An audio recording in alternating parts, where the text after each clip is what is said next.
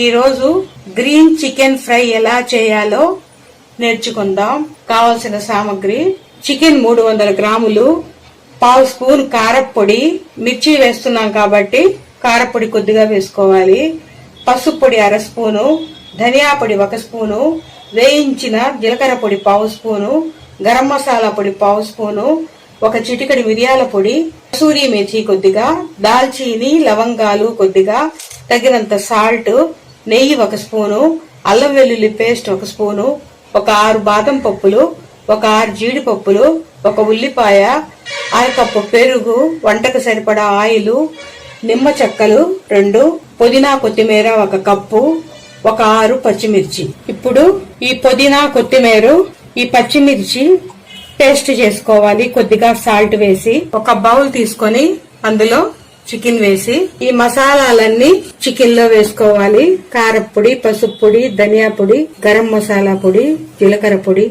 మిరియాల పొడి, కసూరి మేథి, సాల్ట్ ఇవన్నీ దీనిలో వేసేసుకోవాలి.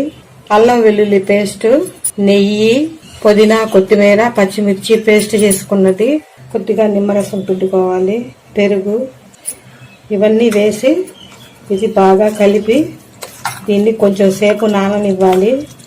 ఎంత ఎక్కువగా నానితే అంత బాగుంటుందండి. ఇది నానబెట్టి కొంచెం సేపు ఫ్రై చేసుకోవాలి.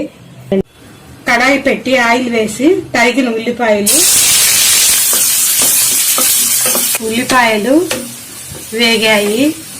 ఇప్పుడు దీనిలో నుంచి ఉల్లిపాయల్ని తీసి మిక్సీ జార్లో కొద్దిగా తీసుకొని మిగతా వాటిలో దాల్చీని లవంగా ఇప్పుడు వేసుకోవాలి.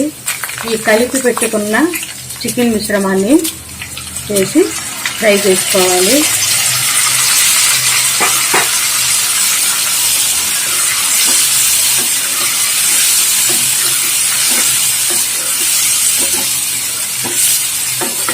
ఈ వేయించిన ఉల్లిపాయల్లో ఈ నానబెట్టుకున్న కొంచెం సేపు నానబెట్టుకోవాలి బాదం పప్పులు, జీడిపప్పులు ఇవి వేసి పేస్ట్ చేయాలి. ఈ మిక్సీ వేసుకున్న ఈ పేస్ట్ ని ఈ ఫ్రైలో వేసుకోవాలి. నీళ్లు పోయాల్సిన అవసరం లేదు. ఈ పెరుగు ఇదితోనే ఉడికిపోతుంది, సరిపోతుంది. ఇప్పుడు కొంచెం సేపు ఒక 5 నిమిషాలు హైలో పెట్టి ఉడికించి తర్వాత సిమ్ లో పెట్టి ఉడికించాలి.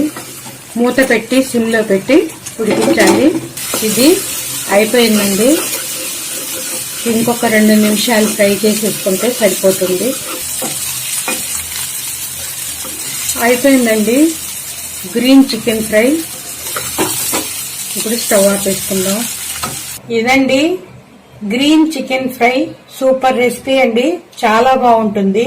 వేడి వేడి అన్నంలోకి, చపాతీ, పుల్కా అన్నింట్లోకి చాలా బాగుంటుంది. మీరు చేసి రుచి చూడండి. ఈ వీడియో కనుక మీకు నచ్చినట్టయితే లైక్ చేయండి, షేర్ చేయండి, సబ్స్క్రైబ్ అవ్వండి. మా వీడియోలు చూస్తున్నందుకు థ్యాంక్ యూ అండి.